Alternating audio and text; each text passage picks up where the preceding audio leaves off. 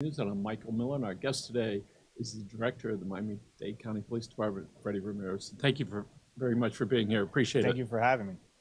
So, people in Miami-Dade County are not quite sure how the police force is constructed, because we have the county government, and we have the mayor, and we have this big, huge police department.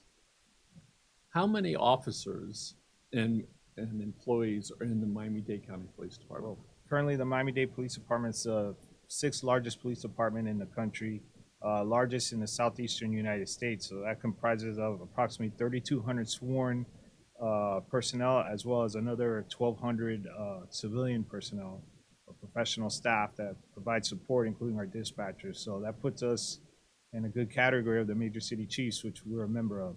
That's a pretty big organization. Yes. And certainly one of the things that we've seen recently is some police departments across the country have been under fire, if you will, because sometimes a policeman does something that they shouldn't do, but we know the percentage of it is tiny, tiny, tiny, tiny. Absolutely. What does the Miami-Dade County Police Department do to train the police officers so when they're chasing somebody down, whether it's on foot or on a motorcycle, if they still do that, or in the car, so when they finally reach the guy, that the police officers under control? Absolutely. For many years now, we've been teaching de-escalation techniques. We have a force analysis unit, which are officers who are trained in analyzing use of force situations. We have body cams and training. It starts from the academy, in-service training, using measures that provide safety for our officers in the community as well. Assess situations, don't escalate it, but always be ready. It's a very difficult job, but these young men and women out there are doing an outstanding job. And that's why here in this community, you don't see the issues that you see in other areas of the country. So one of the things we recognize, if we're not experienced in that arena and there's something that occurs, our heart rate goes up, our adrenaline starts pumping, our muscles get full of stuff, we're breathing like crazy, and then we're either going to fight or flight. And if you're lucky, you can calm down. But it's the training that keeps them from getting too excited. Correct. They go through force training. They go through different scenarios where it appears to be something and it's not. They have to make those decisions, those decisions under pressure, and always expect the unexpected and put themselves in a position where they're safe and able to take action and move forward. Because at the end of the day, they will take action. It must be difficult for police officers when they go out when they look at somebody and they try to figure out who they are and what they are and what kind of business they've been up to. How to be friendly, but yet to be ready for something that might happen in a split second. Absolutely. That's where you build that dialogue. That's part of that de-escalation component. Try to build a relationship with that person. At the same time, you're assessing for any threats to themselves or through the community to the community as well. So one of the things that I experienced when there was 9/11, there was George Bush and fire chief, I think, on that mountain. Right. It was one of those moments that I felt this oneness and this great big support for firemen and policemen and first responders across the country. And it was a great moment. So whatever grief I might have had with some random police officer certainly went away that day. So with all the shootings that have been going on across the country, it seems as though they've been not from police officers, from mass shootings. It seems that there are more. I don't know if there are, but it's certainly they come in groups. Yes. What is it that we can realistically? How do we handle this? Well, look, we have several layers here in Miami-Dade County. We have a threat management unit that works on assessing information through our real-time crime center. Any tips that come in or any videos that are disturbing, any information about people putting threatening type rhetoric as well. We have our priority response teams, which are deployed throughout the county. So we have great reaction capabilities as well as investigating and monitor. We work with our federal partners. We work with our fellow municipalities, with FDLE. And whenever those tips come in or we intercept any kind of rhetoric or the school board identifies a child that's giving information that's very disturbing, we act on it immediately. And plus, now we have this crisis intervention team that we just deployed, where it's like clinicians that ride with our officers. We just graduated 28 officers for this program. We're starting in the north end of the county to not only deal with the situation, because a lot of this also has to do with mental illness and issues that you're seeing around the country, but to get resources and triage it so that we don't face that same individual again and it doesn't escalate. So there's definitely many spoons in the pot right now, and many pots on the stove, a multi-layered approach to deal with these issues. And at the end of the day, look, last week in FIU, we had one of those fake calls of an active shooter, thank goodness. And the response was incredible, not only from FIU and their police, but our department, Sweetwater, everybody converged, everybody moved forward. There was no hesitations. Everybody knew what to do because we're all trained the same. And we as a country certainly learned a lot from that initial experience in Texas at the school Right. a few months ago. And certainly that shifted everybody's thinking like immediate. Right. Well, Parkland actually, you could go as far back as Columbine, but in modern day now would be Parkland, and that's how those priority response teams were created. That move, stop the killing, stop the dying philosophy, where we neutralize a threat, and at the same time, our officers are providing first aid to the victims at the same time, and that merger of fire rescue into that response as well. And it's been 3-4 years of training. We train it every year. Our fire department, our police department work hand in hand in those situations. And it's, those seconds are critical to stop killing and to save lives, that people don't bleed out, family members don't bleed out in a situation. And unfortunately, around our country, you see a lot of these situations. It's become the norm. It's so much that now people are like numb to it, which is very sad. Yes. So we know quite often when a police officer is hurt, you show up, and so does the representative from the PBA. Yes. And so when you see that type of brotherhood that's there, it's certainly significant, and it certainly reinforces the position for the consumer looking at, they're trying to take care of each other. Yes. So you're the president of the Police Officers Assistance Trust. Tell us about that. Yes, it's a private organization that was started by former director Fred Taylor, and it's a group of individuals that humbly help the families of our officers that gave all, to help the people left behind, to help our officers that are going through difficult situations in terms of family situations, and we provide resources to them, and that's a big wellness component. I'm very proud to be the president of that organization. You don't know the stories of young law enforcement families that have sick children, or their wives going through something, or the husband that we go there, from mowing their lawn or to paying for their rent, or help pay for a flight to a cancer hospital in Kansas. It's just a great support, and the people behind the scenes that help fund this is just they're the unsung heroes, and it's definitely we try to keep it a humble organization because it's about the personnel, it's about the families. You mentioned FIU. I understand you're a graduate of FIU. I'm a graduate from the University of Miami, but my daughter just graduated from FIU Medical School. Okay, so tell us about the Chiefs Association. Oh no, it's what's special here in Miami-Dade County, and like you brought up, we're the largest organization. It doesn't matter. We're all brothers and sisters. We're all dependent on each other. We all want the same thing, which is to keep our community safe and our children safe. We work together. We help each other, and it's the 37 municipalities plus our department. We meet on a weekly basis at dinner time. We honor our officers every month. Every month there's a dinner where we recognize officers from every department for their heroics and outstanding work with their family there. And it's just a great support system. And we also come up with topics that are affecting law enforcement at the time. So let's talk about this. So there's 37 municipalities. Yes, roughly. And some of them have their own police force, and then sometimes... yes, they all do. Those 37 do. Okay. And it seems to be there was some transition, I don't know if that's still taking place, where they're actually Miami-Dade County Police Department. Is that at the beginning of when the cities are first formed? Well, yes, when they incorporate, like for Miami-Dade County, even though we're more of a unincorporated UMSA part of Miami-Dade County, we do have 3 contracted cities, which are municipal governments, which would be the town of Miami Lakes, Palmetto Bay, and Cutler Bay. And they contract police service from us. We provide them the officers. They're a standalone government, but they contract the service. And when the police officers are in county cars, yes, they're right. So let's talk about Kendall. Gigantic area, depending on your count, it could be 300,000 people. Correct. And greater Kendall area, it's monstrous. Yes. All right, it's huge. Versus here in South Miami, it's 11,000 people-ish. When I call the police service sometimes, and Renee Landa, police chief there, been doing a great job, and the whole team has. Yes.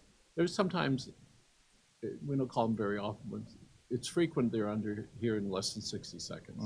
What a wonderful feeling Yes. that is. And we happen to have a hospital nearby, so if there's a problem, we're able to do that. Kendall's such a massive area. How do you maintain a police presence out there, and how do you take care of that? Well, we obviously, the Kendall district would be the station for this area. We ensure that we apply community policing practices. We have great dialogue with the community. We have the platoons and the squads out there for each area of patrol and grid, and they respond to calls as they're dispatched. They have their directed patrols. We have our neighborhood resource units as well that go do the business wellness checks. They have their own investigative component, which is the general investigative unit, which handles district level type crimes. Undercover units as well that are for that particular district, and they deal with the trends, whatever, because each district has a different demographics of crime and issues. So for here, obviously, we have a lot of malls, a lot of theft issues, traffic issues. So that district is prioritized in that fashion, and that's our personnel deployed. They even have a motors unit. They have a comfort dog. They have all kinds of components to give in such a dense, heavily populated area the best service that we can give them. We had great relations with the CAC for that respond to our meetings at the station. They express their concerns or accolades, and the major there, which is Andy Glass, addresses that. And we do great community events as well. So, Director, sometimes people complain about speeding traffic by their homes or out on the streets. If somebody says, listen, I've been watching this, has been going on all the time, what would you suggest they do? Absolutely, they got to call the police, and obviously we'll set up a directed patrol, or we'll use our headquarters motors unit, which they use a lot throughout the county as well. We put up the stand-up speed sign to create that awareness. We want to educate the area as well first before we start giving those tickets, and the last resort is to give the tickets. You know, we put high visibility patrols until we control that, but unfortunately, there's only so many of us and a whole lot more of everybody else. Yes. So it's hard to control that. So we do the very best we can together. That's why we say help us, help you keep each other safe by providing that info so we can deploy appropriately. So we have the pleasure of working with, doing many shows with the Miami-Dade County Solid Waste Department. So we talk about people dumping stuff, not just littering, but dumping stuff on the side of the road. If people see somebody doing it and they're watching them do it, what should they do? They got to call the police, and a follow-up will be our 311 as well. We have an illegal dumping unit that's out of our agricultural patrol unit. It's a standalone unit, and they work with RER, the county's regulatory agency that deals with that as well. And we go after them, you know, and we do our investigations on the piles. If there's anything left behind, we could trace it to someone. But our best eyes is the community, you know. So sometimes the dumpers don't care. Right. No, they don't. When they dump it out, if that is on private property, the owner has to take care of that trash because the county says that's not on county, that's on you, so you need to go do that. Right, and it's very frustrating. Yes, and I know that there are camouflage cameras out there. I think it's wonderful. I live in horse country, so we used to deal with that all the time. Yeah. And I tell people, you dump on the street, all right? You got a likelihood that you're going to get caught. You give us the tag number of that, and our investigators will follow that up, and they will be held to account. Someone in your department a couple of years ago saw this big pile of trash. They went through it and they found a receipt to a restaurant. And they went to the restaurant, they got the guy, they went to the homeowner's home who was having the work done. And the lady says, it wasn't me, it's the guys. The contractor. All right. Yes. And so, you know, I tell people, if you're going to have some stuff done, you better put in that contract that's going to be properly disposed of because it costs a bunch of money for these guys to dump that. And there's no need because here in the county we have several, you know, dumping facilities around the county. I guess it's just, you know, they don't want to pay or they're being lazy, and it contradicts doing the beautifications that the private citizen is paying for to go down the street and dump on someone else's lawn. What is if somebody wants to be a policeman, what is the beginning criteria for that? Well, when we open up first, obviously you go on our Miami-Dade.gov, apply for police officer, and you got to meet the criteria. Obviously, it's age of 21 and up, have to have work experience, at least a 2-year degree. People with military backgrounds, obviously that helps them. And you start applying, you go through a rigorous background process. It takes about 9 months to go through that process of physical skills, a medical, a psychological evaluation. So, you know, so that's what it is. A lot of people put in, you end up with a small amount of people that make those classes, which are usually 45 cadets. 45. 45 per class. And I just can't imagine how many hundreds. Yeah, a There are couple hundreds that apply. thousand. Yeah, like 2,000 applied, between 1,500, 2,000. We used to get a lot more, but And out of the 2,000, yes, or whatever it is, 4%.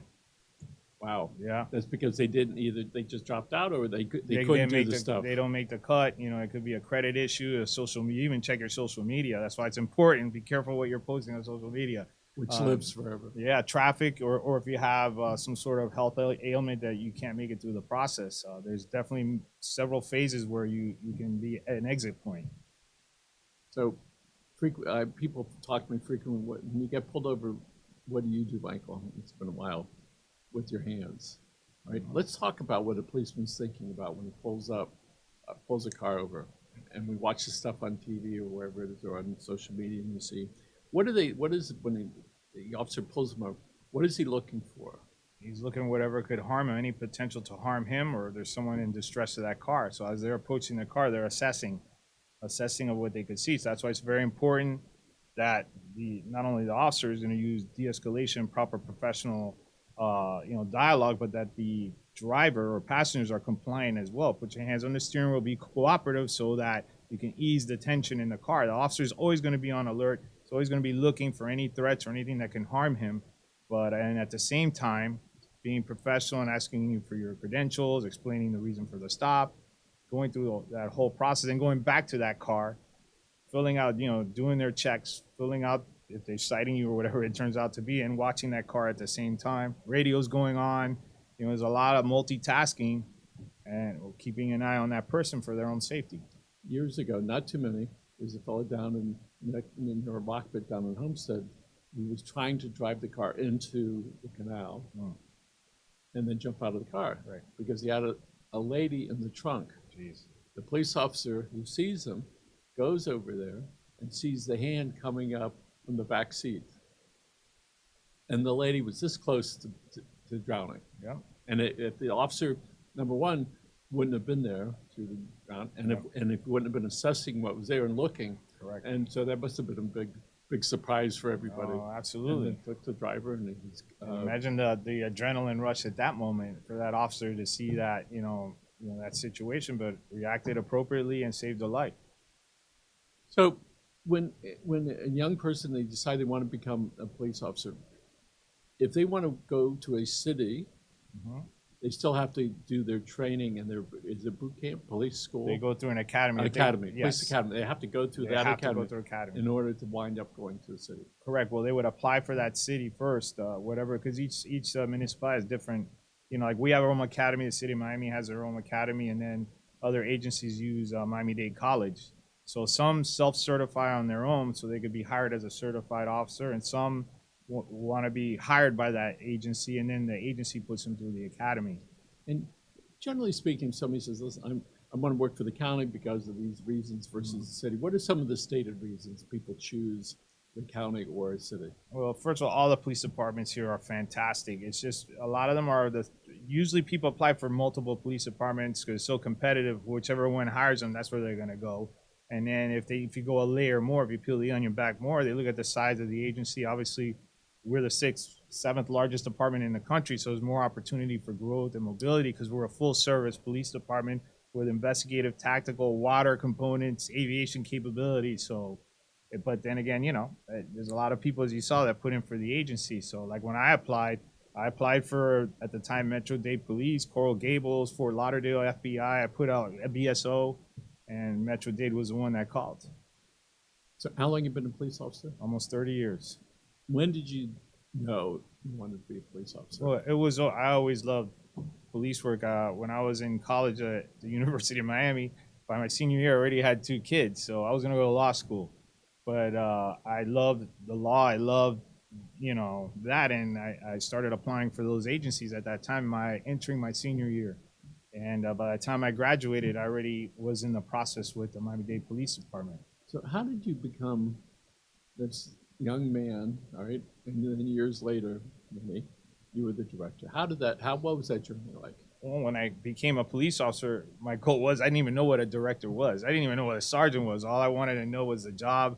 I wanted to fit in. I wanted to be relied upon. And then through the years as opportunity, I worked many units. I took the sergeant's exam, and then, as a sergeant, I was on the road. I ended up in narcotics bureau, and I became a lieutenant. And I went to hammocks, and I became not only a platoon commander, but in charge of the investigative component of that district. So now you're getting exposed to different levels. I become a captain 3 years later. I go back to narcotics. Now you're at the highest civil service rank. Now as major's appointed next, and I got appointed. You start performing at a larger realm in comp stats and things like that. Your scope becomes larger as your ranks go up. The exposure of how not only doing the job but how an organization works. And then you become major. I'm the major of homicide for a year, and then I became a division chief. I'm in charge of all of investigation. Now that you're growing, you almost act surprised. Yeah, because it's just opportunity. You're doing a good job. You're being humble. You're working hard, and opportunities come. And then I became an assistant director. I had investigative services, police services, which is a patrol. Then Mayor Jimenez at the time was setting up succession planning for the department. He got including Juan Perez, J.D. Patterson. He set up the succession for the department for the next 5 years. So then I became the deputy director, the number 2. So all the succession was in place. So now I'm running, under Juan, under Director Perez, running operations, getting exposed to running an entire agency, being by his side. And when Juan retired, I took over the agency. And now I oversee fire and emergency management. So I'm the chief of public safety, and I run the police department. You are generally excited about this, doing this. It's just my love. It's my life. It's incredible. Can we talk about what appears to be not much publicity about drug activity? Right. It seems to be a lot less nowadays. Is that factual or not? No, that drug activity, unfortunately, is intertwined into our culture, not only here but in our country. There's different facets of drug activity. It could be opioid epidemic. It could be cocaine, marijuana, and then there's different philosophies on the criminal justice system, on their views on certain types of drugs, and then on the enforcement of it. It's changed through the years because you're competing with the criminal justice system. You understand? Obviously, we have a narcotics bureau. We work with our federal partners to go after these large organizations, which are much more craftier now than they were back in the day. Some of the street level drugs that were plaguing our community, the money's not really there in the street for that anymore, but it's there. The addicts are still there. There are vulnerable people taking advantage of their heroin, those terrible deaths. But that's where fire rescue comes in with their Narcan capabilities. Work with our medical examiner. We have a task force for fentanyl and the opioid problem, and it's just a different approach, So we know there's been a lot of people that were under stress for many years because of COVID. Yes. And then, so now the post-traumatic stress syndrome pops up, and then you have the mental well-being of the little kids that have lost family members and wives and husbands that are gone. And there are literally several 100,000 little kids across the country that have no parents anymore. That's correct.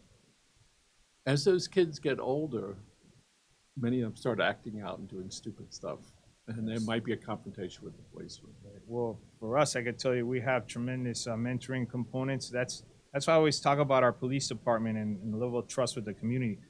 Our department is tethered in with so many social programs in our community that we're in there with those social workers, and no one looks at us like, what are you doing here? You're the cops. No, we're part of that component. We have our youth outreach unit.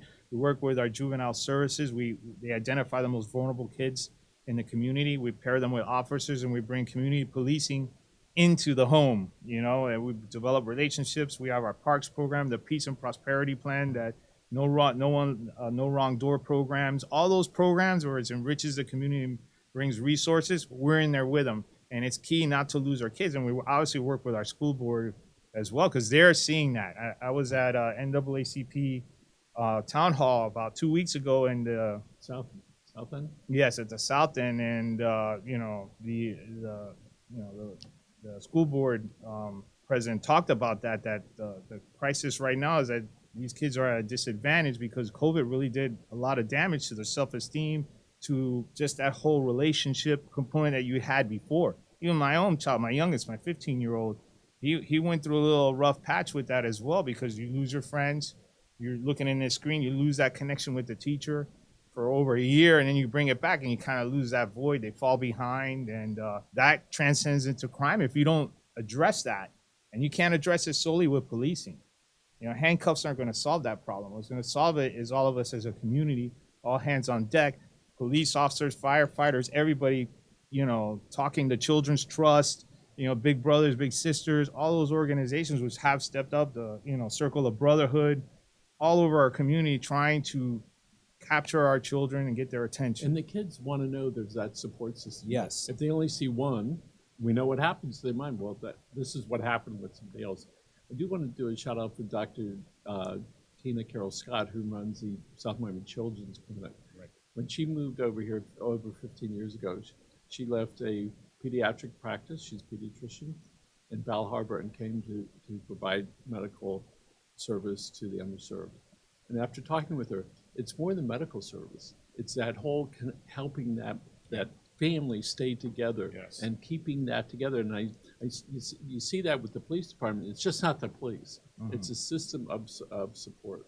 And so we hope that you keep that up and that the people that need help really get it. Certainly there have been more people that have been suicide where they've tried to kill themselves or suicide by cop. Yes. And we see that so frequently. Yes. And think how desperate they have to be Yes. to be able to do this, to be so disconnected that they want to go out in this glory. And I've personally known 3 people that have killed themselves. And so I certainly would think, did I miss it? What didn't I see? Why didn't I see it? Why didn't you do? And yeah, I didn't see it at all. Right. Because you just don't know. And the people that are close to there and around there may get these little cues.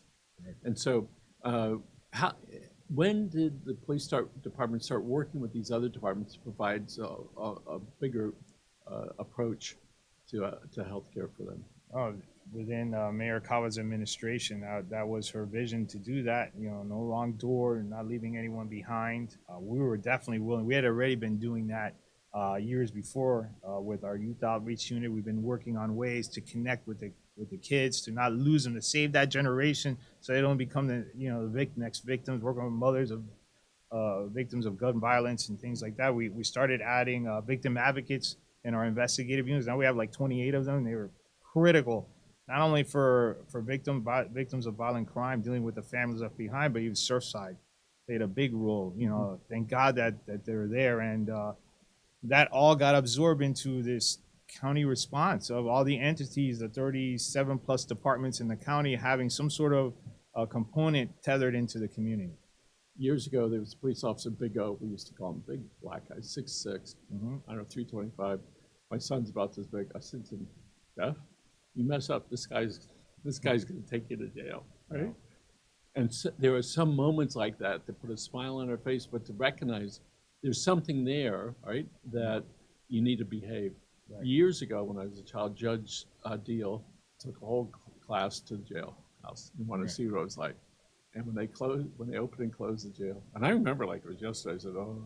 That sound of those bars. Yes. And it's like, wow.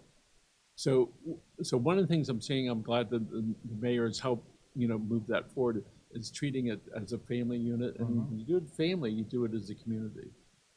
And so my question to you is, what if you could push a magic button and you could fix something, right? And you could do it like, not worrying about how is it going to get done. This is what I'd like to see happen. What are some of those things you'd like to see? I would like every child in our community to feel safe and feel appreciated and be able to attain the opportunities that are here for them, that our great nation and our great community offers them, that they're not left behind. That by doing that right there, that the parenting happens at home appropriately, will stop 75% of our social ills in the next 20 years. And that would be the number one, I think, medicine to stop our issues in our country and our community. That's wonderful. Director, thank you very much for being here. Thank you. It's my honor. Folks, thank you for joining us, and have a great day out there, and take care of yourself.